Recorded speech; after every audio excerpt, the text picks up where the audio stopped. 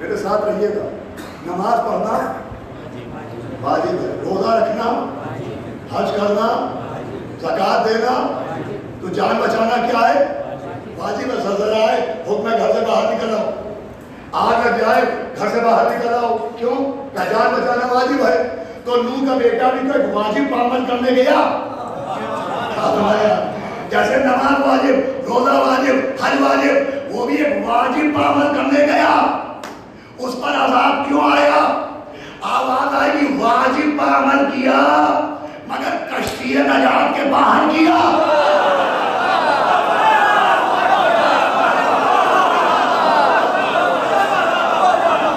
واجب پر عمل کیا مگر قانون کے مطابق نہیں کیا.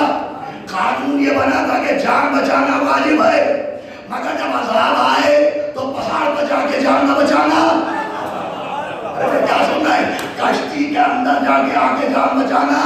قانون یہ تھا کہ جان بچانا واجب ہے, مگر واجب پر عمل کشتی کے باہر نہیں ہوگا. کیا سن رہے ہیں؟ کشتی کے اندر ہوگا.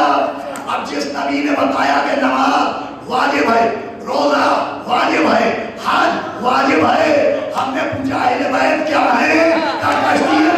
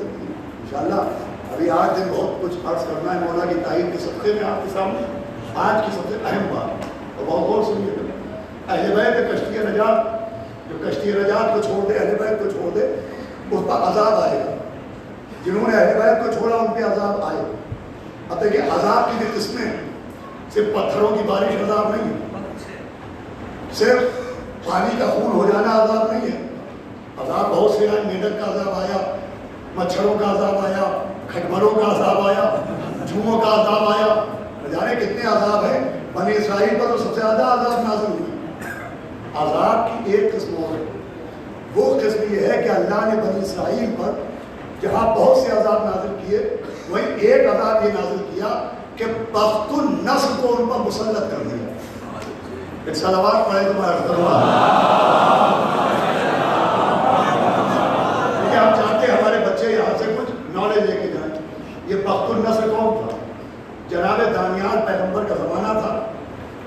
جناب دانیال کو اللہ نے حکم دیا دانیال شہر کے باہر جاؤ، جہاں کوڑا ڈالا جاتا ہے وہاں جاؤ، دیکھو کوڑے کے ڈھیر پہ ایک بچہ پڑا ہے، اس بچے کو اٹھا کے لاؤ۔ تو جناب دانیال پیغمبر گئے، ایک کوڑے کے اوپر بچہ پڑا تھا جسے ایک نجس جانور دودھ پلا رہا تھا، کہ تفسیر قرآن ہے۔ تو جناب دانیال اسے اٹھا لایا، آواز نے دانیال اس کی کفالت کرو، اس کی حفاظت کرو۔ کہ یہ کون ہے؟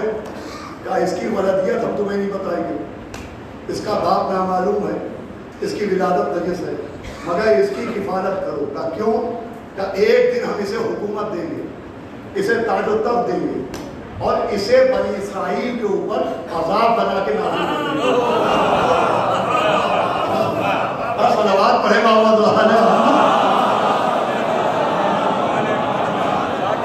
جناب دانیال پیغمبر نے اس کی پرورش کی، اس کی کفالت کی۔ کفالت کرنا حیرت کی بات نہیں ہے، نبی نے کفالت کی مگر وہ ظالم نکلا، نبی نے کفالت کی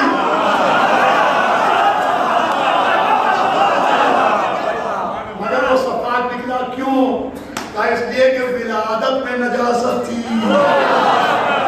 صلوات ہے محمد اس کا مطلب معصوم کی کفالت و صحبت کا اثر اس پر نہیں ہوتا، جس کے ٹیکنیکل فرق ہو۔ صلوات ہے محمد ایک ٹیکنیکل فرق تھی، اب اسے اللہ نے حکومت دی، تاج دیا، تخت دیا، اقتدار دیا، اور اس کو بنی اسرائیل پر عذاب بن کے مسلط کیا۔ اس کا مطلب ایک صورت عذاب یہ بھی ہوتی ہے کہ جو اللہ کے چنے ہوں کو نہیں مانتے ہیں ان کو ایسے ایسے ماننا پڑتے ہیں۔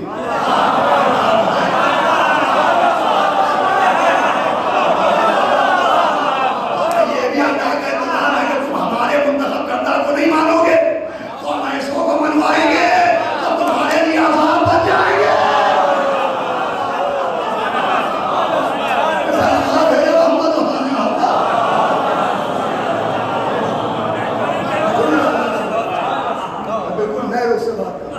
یہ بھی ایک عذاب ہے۔ اب اہل بیت کو چھوڑنے کا عذاب ایک یہ بھی نازل ہوا، اہل بیت کو چھوڑا تو بھی کہا اچھا مانو، ایسوں کو مانو گے، سقیفہ سے بنی امیہ تک، بنی امیہ سے بنی عباس تک، سقیفہ سے یزید تک، یزید سے مروان تک، مروان سے منصور تک، منصور سے ہارون تک، ہارون سے مامون تک، مامون سے متوکل تک۔ بھائی تعریف کریے جو بھی تخت آیا وہ عذاب بن کے آیا۔ کسی نے حرام کو حلال کر دیا، کسی نے حلال کو حرام کر دیا، کسی نے 2 رکعت نماز کے بجائے 4 پڑھا دی، کسی نے جمعے کی نماز دوسری کو بڑھا دی۔ عذاب بن کے آئے، عذاب بن کے وہ اعلان کرتے ہوئے آئے۔ اشارہ میں کروں گا سمجھیں گے آپ۔ جیسے ہی مولا علی کو چھوڑا تو ایک عذاب یہ مسلط ہوا کہ مسلط ہونے والا اعلان کرتا ہوا آیا کہ جیسے سب پر ایک شیطان ہے مجھ پر بھی ایک شیطان ہے۔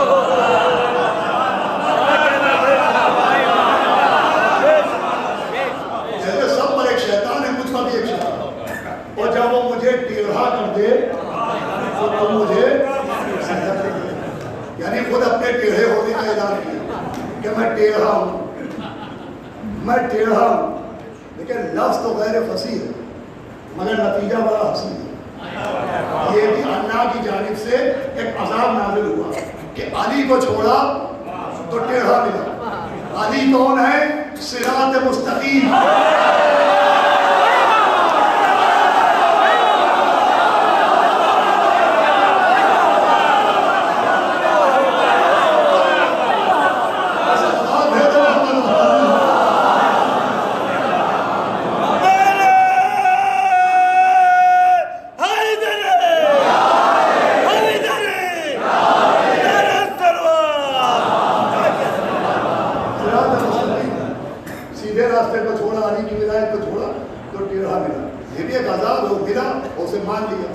اب یہ چینی پوٹے بچے بھی بیٹھتے ہیں ماشاء اللہ، مجلس ایک ایسی درس گاہ ہے جہاں ہر طبقہ ذہن میں یہ گفتگو ہوتی ہے، ہونا بھی چاہیے۔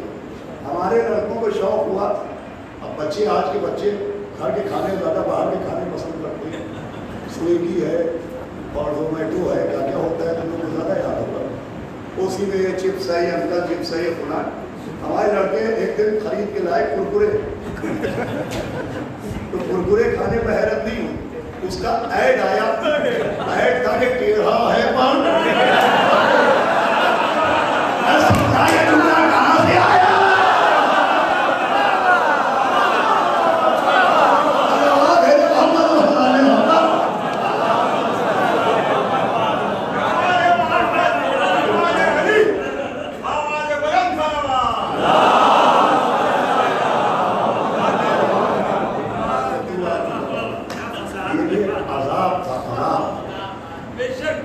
مستقیم کو چھوڑو گے تو پھر سیدھا راستہ نصیب نہیں ہوگا. اللہ کے چنے ہوئے کو چھوڑو گے تو جو بھی آئے گا وہ عذاب بن کے آئے گا. 61 ہجری آتے آتے عذاب یزید کی شکل میں نازل ہوا. یزید بھی عذاب تھا، ایسا عذاب تھا کہ بیٹے نے بھی باپ سے بغاوت کی. یزید نے کہ بیٹے نے کچھ نیا نہیں کیا. یزید کا بیٹا جو باپ کے خلاف ہو گیا، یزید کے بیٹے نے کچھ نیا نہیں کیا جو کسی اور نے پہلے کیا تھا. تاریخ افراد بیٹھے ہوئے اشارہ کرنا چاہتا ہوں. یزید عذاب تھا، عذاب. یزید کے بیٹے کا یزید سے بغاوت کرنا پہلی دلیل ہے. اب تک کا سب سے قیمتی جملہ میں عرض کر رہا ہوں، یزید عذاب ہے. یزید کے بیٹے کا بغاوت کرنا پہلی دلیل ہے. اور اس سے بھی ایک پہلی دلیل ہے خود مولا حسین کا مدینے سے یزید کے خلاف نکلنا. یہ یزید کے عذاب ہونے کی دلیل ہے.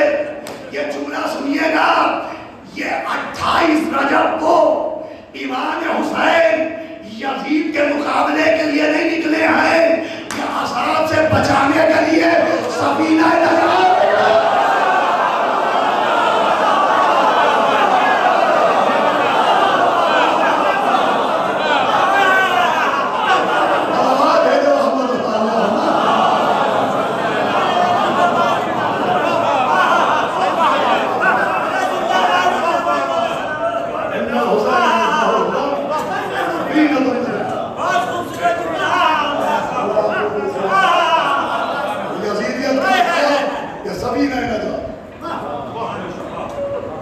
یزیدیت کے عذاب میں امام حسین سفینہ نجات اور انہوں نے نجات دلائی اور مستقبل تک کے لیے نجات کا انتظام کیا.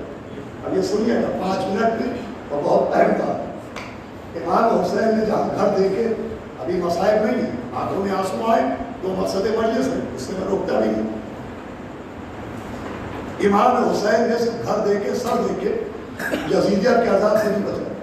بڑی معتبر روایت ہے کہ امام حسین نے میدان کربلا میں عاشور کے دن اپنے ہاتھ اٹھائے اور بددعا کی. بھائی کرنا بھی چاہیے، جیسے نوح نے سفینہ بنایا تو بددعا کے لیے بھی ہاتھ اٹھائے. امام نے ہاتھ اٹھائے کا پالنے والے ان کے اوپر ایک مرد ثقفی کو مسلط کر دے.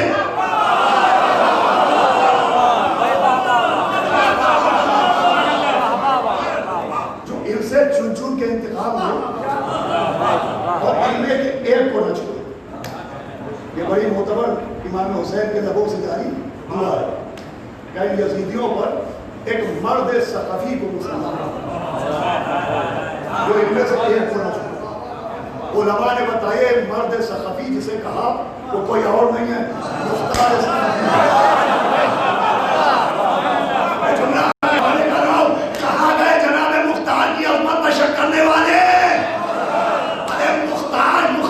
امام کا نام نہیں ہے، مختار دعا ہے امام کا نام ہے.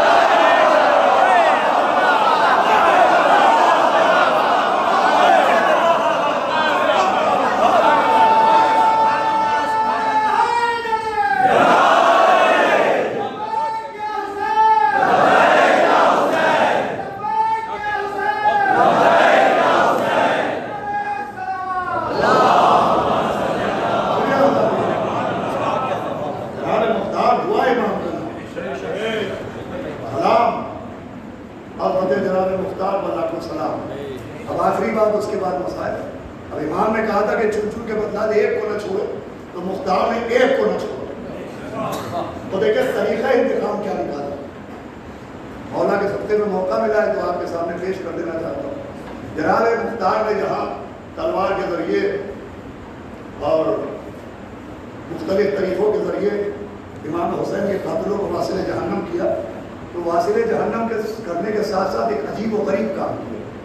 اور آخری بات ہے, انشاءاللہ پسند آئے تو دعا دیجیے گا.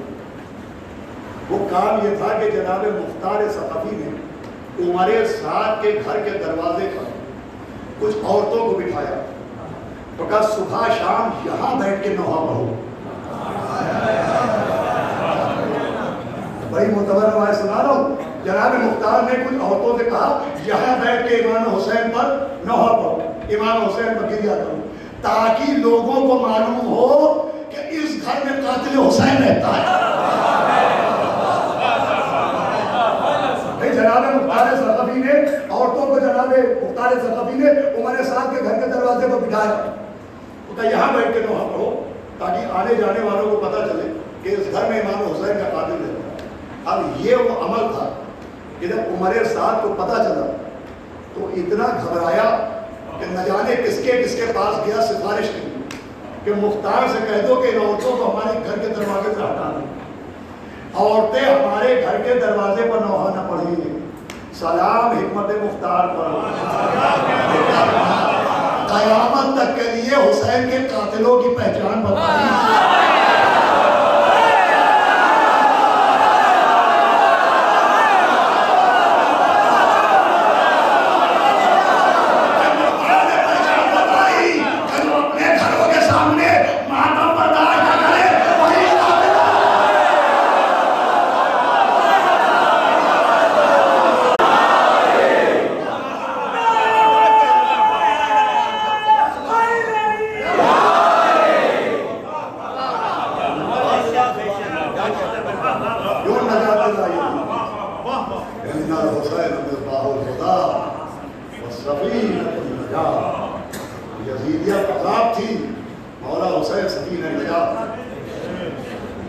سفینہ نوح نے بنایا, ایک سفینہ یہ ہے, فرق یہ ہے کہ وہ سفینہ پانی میں چلا, یہ سفینہ خون میں چلا.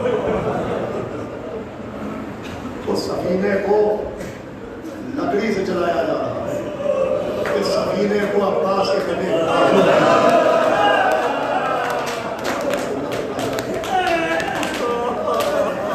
اس سفینے پر کپڑے کے سائبان تھے, اس سفینے پر زہرا کی بیٹیوں کی چادر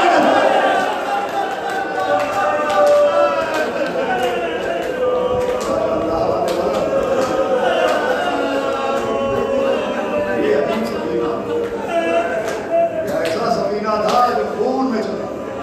یہی وجہ ہے کہ مولا علی جب جنگ صفین کے لیے جا رہے تھے اور میدان کربلا سے گزرے, مولا علی جنگ صفین کے لیے کوفے سے جا رہے تھے تو میدان کربلا میں پہنچے.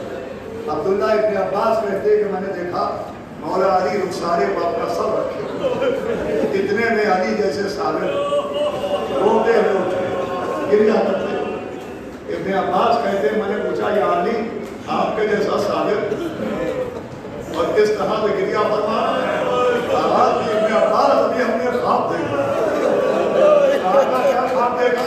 کہ ہم نے دیکھا اسی میدان کربلا میں خون کا دریا ہے, اور خون کے دریا میں میرا حسین کبھی دریا کے اندر جاتا ہے, ابھی دریا کے اوپر آتا ہے, تلواریں ماری جا رہی ہے, میرا حسین آواز دے رہا ہے حل من ناصر یا سلام.